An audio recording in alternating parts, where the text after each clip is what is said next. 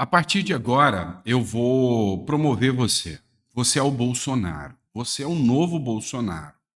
E eu vou dar 3 nomes. E você vai responder para mim qual dos 3 você quer para prefeito da principal cidade do país, principal metrópole. Número 1, Ricardo Salles. O cara foi seu fiel escudeiro, representa os valores da direita, nunca te traiu durante todo o tempo que ele esteve ao lado da sua gestão dos últimos 4 anos. Número 2, outro Ricardo. Ricardo Nunes. O cara veio com a campanha do Dória, o cara que mais te atacou, o cara que queria tomar seu lugar, e você nunca pôde confiar nele. O cara do Bolsodória, ele era ali do Bruno Covas, tem nojinho de ficar perto de você. Não gosta muito de você, não. E aí a opção número 3, Pablo Marçal. Um outsider. Um cara que você não consegue controlar muito, não. Mas é um cara que literalmente sabe falar o discurso da direita, sabe ter o apoio da direita, e se você desse o apoio para ele, era certeza que esse cara ia ganhar. Mas no final das contas, ele pode tentar ter um voo solo e virar o presidente da República. Ah, vou te dar mais um de lambuja. E se você colocar esse, sei não, hein? Tem um Boulos também. Você apoiaria o Boulos? Tá. Por que que eu tô falando isso? Porque o Salles, ele vai alçar novos voos. Eu fui muito criticado aqui quando eu falo que o Bolsonaro, de certa forma, está refém do partido. Eu tenho uma convicção de que esses 3 nomes que eu coloquei de que o Bolsonaro ia querer o Salles, mas o partido não quis. O partido precisa de cargos dentro da prefeitura, de que o Nunes já está lá. O partido tem alinhamento com o Nunes lá dentro. Então, por questão de partido e não de direita, o Bolsonaro hoje apoia o Ricardo Nunes. Para mim, depois de 4 anos de fidelidade do Salles, eu encarei isso como uma bruta de uma traição ao Ricardo Salles. E eu acho que o sistema é foda, meu irmão. O Salles, nessa história, eu tenho uma visão de que foi injustiçado. Mas ele, né, até para sair do partido, que ele está fora do partido agora, ele teve hombridade. Coisa que faltou para o Moro, tá? Tem nada a ver eu falar com o Moro, mas sabe quando o Moro saiu lá da presidência, que ele saiu do Ministério da Justiça? Imagina se o Moro sai do Ministério da Justiça e fala: olha, eu quero agradecer ao Bolsonaro, melhor presidente que o país já teve, mas para mim não está dando, está difícil, eu vou estar aqui, né, na retaguarda e o que o Bolsonaro precisar, eu vou estar aqui. Mas gratidão, a gente não está batendo mais a mesma linha de raciocínio. Acabou. O Moro permaneceria como alguém gigante na política. Agora caiu atirando para o lado errado. Nem isso o Salles fez. O Salles pediu ao Bolsonaro, devido à sua fidelidade, para sair do Bolsonaro após o convite do Partido Novo. O PL libera o Salles após um telefone sem fio. Por que telefone sem fio? Porque o Valdemar da Costa Neto não pode falar com o Bolsonaro. Muito republicano e democrático isso, né? Depois de um telefone sem fio entre Bolsonaro e Valdemar, e olha que se brincar o Moraes manda prender os dois por causa disso, os dois se mobilizaram e autorizaram o Ricardo Salles ir para o Partido Novo. E agora o Ricardo Salles vai ser o candidato à prefeitura, o Pablo Marçal vai sair e vai dar apoio para o Ricardo Salles à prefeitura. É mentira isso que eu acabei de falar, tá? Isso não vai acontecer, não. Mas pensa nessa hipótese, que coisa maluca. Imagina se o Salles fosse realmente um cara que não tivesse os princípios quanto ao Bolsonaro. Ele fala: não, vou ser candidato à prefeitura pelo Partido Novo. A Maria Helena, que é a candidata do Novo, vai ser minha vice. E o Pablo Marçal disse que só precisava de mim para me apoiar. Pode me apoiar, Pablo Marçal. Já imaginou se isso acontece? Que reviravolta maluca. Aí eu queria ver o Eduardo Bolsonaro falando que não, eu não apoio o Salles, eu prefiro o Nunes. Pô, ia ser doido, né? Mas não. O Salles é um cara de princípios, cara, me impressionou.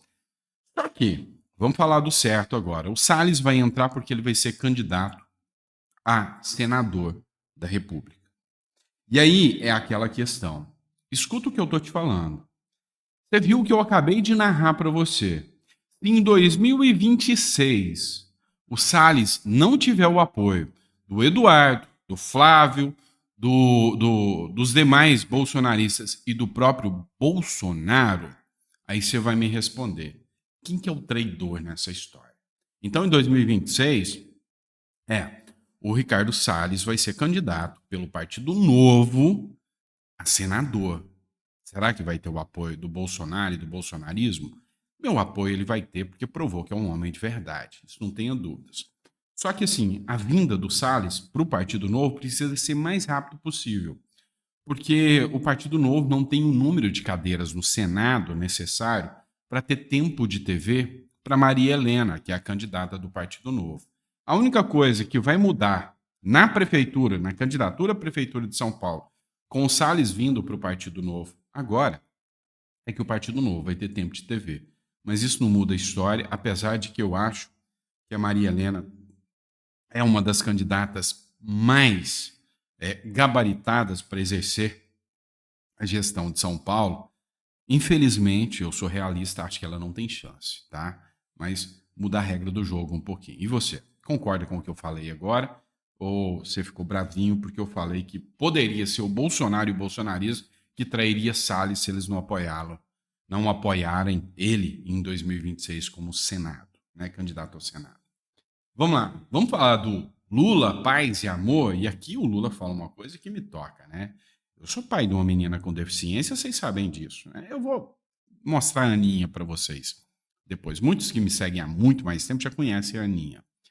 É o seguinte, o Lula tá pior do que o Biden, porque a questão é moral, tá? O Lula falou num dia de que os corintianos estão perdoados se eles descerem o sarrafo nas mulheres, se eles baterem nas mulheres. Aí veio a Globo passar pano. Ai, que brincadeira de mau gosto. Brincadeira, caramba. O cara pensa assim. Não é brincadeira, não. Se fosse o Bolsonaro, era o canalha espancador de mulheres. Como é o Lula, ai, velhinho brincou errado. Toma vergonha na cara, Rede Globo. Mas tá. Depois disso, a Janja deu um sarrafo nele, deu um sarrafo no Lula, falou, cara, para de conversar merda e vai ler o discurso, porque você não tem sanidade para improvisar, porque você só fala porcaria. No outro dia, depois de falar besteira sobre as mulheres que apanham, que são vítimas de violência, ele vai falar sobre as pessoas com deficiência. E aí, chega lá e chama de essa gente. Lula causa polêmica ao chamar deficientes de essa gente. Esse post aqui que eu coloquei para vocês é do Vista Pátria, sempre citando a fonte, e aqui a matéria do Pleno News. Lula causa polêmica ao chamar deficientes de essa gente. Não é a primeira vez que o presidente é criticado por falar com pessoas de pessoas com deficiência. O Lula, cara, ele não respeita pessoas com deficiência, nunca respeitou. Pelo amor de Deus, isso é tudo uma mera encenação. O presidente Luiz Inácio Lula da Silva voltou a causar polêmica ao falar sobre pessoas com deficiência na quarta-feira, durante a 5ª Conferência dos Direitos da Pessoa com Deficiência em Brasília. O climão acontece durante a fala do petista, que chamou o público formado por pessoas com diferentes deficiências de essa gente. A expressão foi usada ao revelar que a primeira-dama Janja da Silva o instruiu a melhorar palavras. Ainda bem que ele melhorou as palavras, porque essa gente, né, faltou ele colocar nojenta, escrota, né? Isso é nojento, pelo amor de Deus, cara. E aí, é incrível como a imprensa é mais nojenta do que esses discursos do Lula. Muito mais nojenta. Porque não trata as coisas como são. Cara, o Brasil está num caos. No meio ambiente, o Brasil está um caos. Na saúde, o Brasil, sabe, não está bem das pernas. E nem da cabeça, né? O fato é esse. Vamos lá, vamos falar agora do William Vac. Esse cara, não sei, ainda estou tentando entender como que esse cara ainda está empregado sem passar pano para o Lula lá dentro da CNN. Assim, o peso do jornalismo do William Vac é gigantesco para esse cara ter autonomia e credibilidade para falar o que ele fala sem precisar ser um babão do governo. É um jornalista de verdade. Tá. Aqui ele cita o quanto o Haddad se tornou refém, né, das pautas fiscais. Refém do Lula mesmo, vamos ser bem claros. Eu queria que você ouvisse aqui sobre os memes do Haddad. Que a imprensa e a Glaze e a Janja e a esquerda, extrema esquerda, considera ataques à democracia. Assiste o que o William Vac falou aqui. O ministro da Fazenda caiu numa das mais velhas armadilhas. É a armadilha do humor como arma na política. Tudo começou com memes associando o ministro da Fazenda a impostos, associando ele a taxas. No caso de Haddad, o que houve foi uma explosão de memes, sátiras, brincadeiras, piadas, filmes feitos com a ajuda de ferramentas de inteligência artificial, ou seja, furou a bolha. Virou um fato político com notável lentidão. A máquina do governo e do PT tentaram responder, mas aí já era tarde. Passaram recibo, como se diz na gíria. O problema de fundo... Achei interessante. Olha que ele fala aqui, a máquina do PT e do governo. Existe uma máquina, e todo mundo sabe disso. Tentaram, mas foram ineficientes. O Janones veio a público, né? O Janones não consegue entender que ele foi abandonado pelo PT, até agora ele não entendeu, mas o Janones vem e fala, não, nós precisamos agir da mesma maneira, vamos criar um alvo e vamos responder com o mesmo ódio que eles têm contra nós. O quê? Sério, a política dos canceladores falando isso? Não dá para confiar, né? Mas enfim, acompanhe. Não são os memes em si. Satirizar um adversário, essa é uma arma tão velha quanto a própria política. Os memes com Haddad apenas trouxeram, numa linguagem de facílima compreensão, o que já se debatia há mais de ano em relação a contas do governo, que decidiu tratar delas, das contas, pisando com vontade na receita e não no corte de gastos, corte de despesas, que estão se expandindo e precisando de muita arrecadação. É isso. Se o governo Lula não quisesse ser alvo de memes, cortava gastos, cortava despesas e parava de enfiar o imposto no bumbum do brasileiro. É simples assim. Defensor dessa política, a única que Lula aceita, Haddad já era visto por críticos como uma espécie de refém da Receita Federal. O fato político relevante, porém, é quando a sátira, quando a brincadeira, quando o meme, quando o humor refletem um estado de espírito disseminado de que ninguém mais aguenta pagar tanto imposto e duvida de que o governo fará qualquer outra coisa a não ser taxar mais. O governo não fala outra coisa a não ser taxar mais. Merece até tela inteira. Memes ganham força quando traduzem uma realidade. O ministro da Fazenda... Os memes ganham força quando traduzem uma realidade. E aí, para essa extrema esquerda, realidade é ataque. Uma ideologia política baseada na mentira encara a verdade como ataque. É assim que funciona a regra do jogo. É assim que vem a presidente do partido criticar e falar que os memes contra o Haddad são ataques depois de divulgar uma charge do Donald Trump, ou melhor, do Pato Donald, com ketchup na orelha, sendo uma negacionista, dizendo que o que aconteceu com Donald Trump não foi um atentado.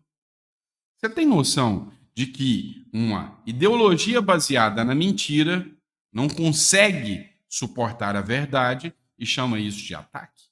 É assim que funciona. E quanto a isso, né, ataques, vamos falar da segurança pública.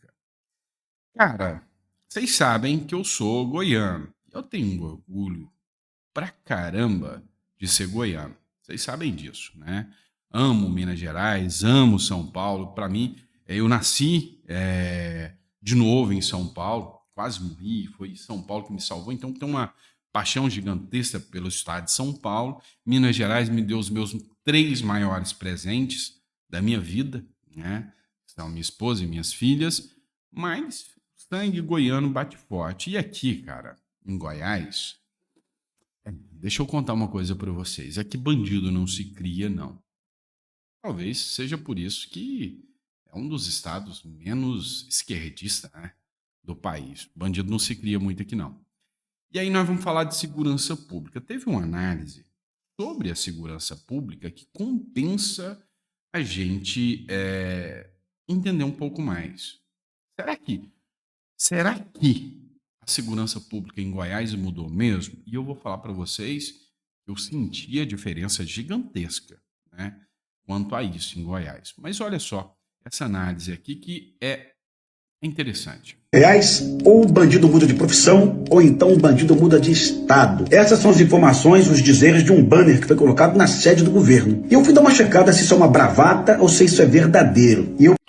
Você entra na sede do governo de Goiás e tá escancarado. Em Goiás, ou o bandido muda de profissão ou muda de estado. É o governo que levanta a bandeira e fala: aqui bandido não se cria.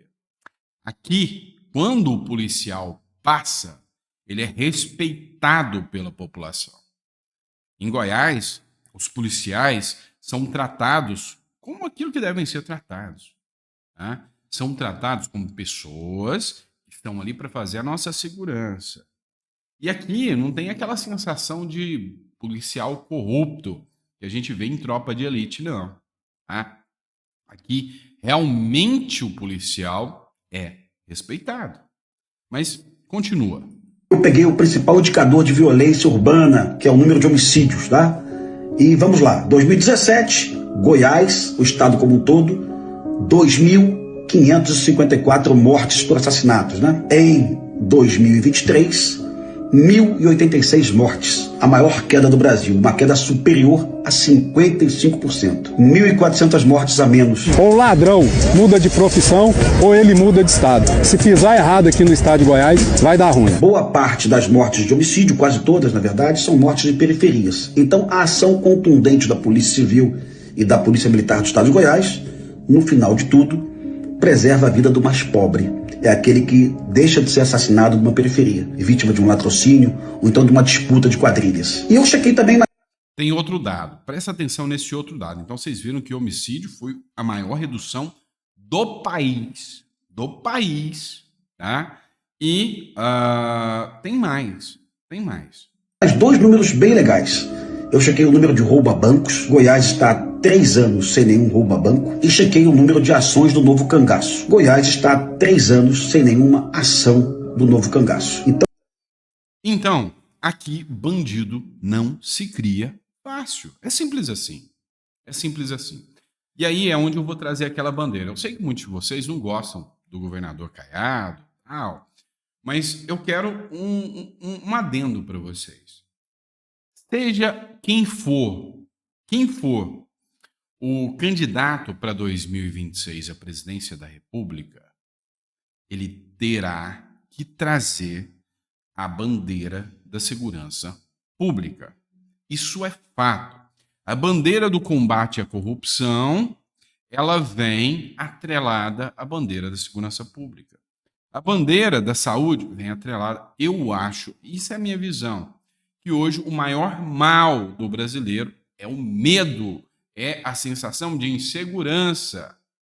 E o Brasil, o dia que ele resolver esse problema da segurança pública, muita coisa vai mudar aqui no nosso país. Pelo menos eu tenho essa visão. Tá? Pessoal, vamos falar agora do Ciro Gomes. Eu sei que quando fala em Ciro Gomes, você chega a arrepiar de raiva, que você não é muito fã do Ciro Gomes, não. Afinal, as ideias esquerdistas dele são muito malucas, né? Eu li o livro do Ciro Gomes, tá? Projeto Nacional.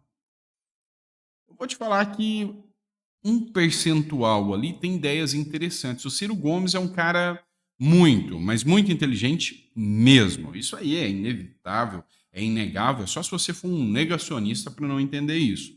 Mas acredita em algumas ideias erradas.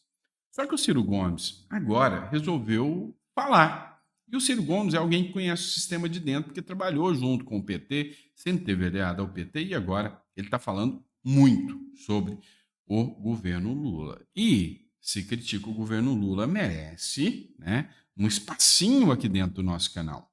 Olha só o escândalo que o Ciro Gomes denuncia aqui sobre esse pseudo-sistema, né, desse mensalão legalizado que existe no Brasil hoje. Cada deputado está recebendo das mãos do governo Lula 52 milhões de reais por ano, meu caro Josias.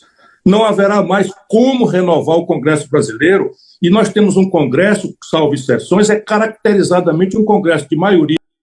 Quando o Ciro Gomes fala que não haverá mais como renovar o Congresso brasileiro, é porque os deputados da esquerda e do PT vão basear toda a sua campanha no dinheiro de emendas PIX.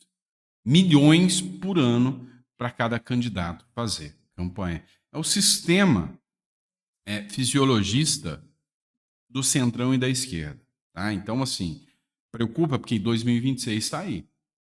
E se a gente repetir, né, essa história de brasileiro que vende voto, vai dar ruim. Então, eu sei que você que está me assistindo não é desse perfil, mas alerte as pessoas. Ainda tem muita gente, principalmente em algumas regiões do Brasil, que são do voto de cabresto. Vocês sabem disso. Fisiológica, corrupta e ultra-reacionária. E o Lula, o PT, estão financiando o congelamento dessa superestrutura representativa. Por quê? Porque o modelo de manejo da contradição profunda, que não é fácil, mas podemos discutir sobre isso, da contradição do presidencialismo brasileiro, dessa parlamentarização irresponsável do presidencialismo brasileiro, é o suborno, é a emenda de relator, é a emenda de comissão, é a emenda PIX. A gente vai dando esses nomes de fantasia bonitinhos para disfarçar o peculato. Falou tudo aqui. Você pode não gostar do Ciro Gomes, mas é suborno, é peculato. A partir do momento que eles estão lá para fazer pelo Brasil e chega e fala, olha, vota essa pauta aqui comigo para mim conseguir reeleger, que eu te libero tanto em dinheiro para você se reeleger também. Honestidade é que não é. A pulverização de recursos. Sabe quanto é que o Lula está entregando para essa trama? 53 bilhões de reais esse ano. Pois é, Ciro. O Bolsonaro tinha entregue 30 bilhões e nós esculhambamos. Cada deputado está recebendo das... Pois é, esculhambaram o Bolsonaro, né? E aí o Ciro Gomes, eu só coloquei esse vídeo porque eu achei bom demais. No final, o Ciro fala, pô, foi muito menos e nós esculhambamos o Bolsonaro. E vocês, bando de hipócritas, não vão falar nada agora? Vão ficar caladinhos? Imprensa, né? Foi na cara, né? Foi na cara que o Ciro Gomes deu ali para o UOL, na cara da imprensa. E eu gostei e eu achei que valeu a pena colocar essa publicação. Valeu ou não valeu? Tá? Pessoal, obrigado por ter acompanhado mais um editorial. Ó, Papai do Céu, não deixe faltar pão de cada dia na sua mesa, tá? E nem nos seus entes queridos, não falte saúde e não falte fé, tá bom? E a gente volta daqui a pouco. 4 horas da tarde, eu estou aqui de volta, o chat vai estar aberto para vocês, para a gente poder bater um papinho sobre tudo que está rolando na política brasileira. Fechou? Abraço, pessoal, fica com Deus e até o próximo editorial. Abraço.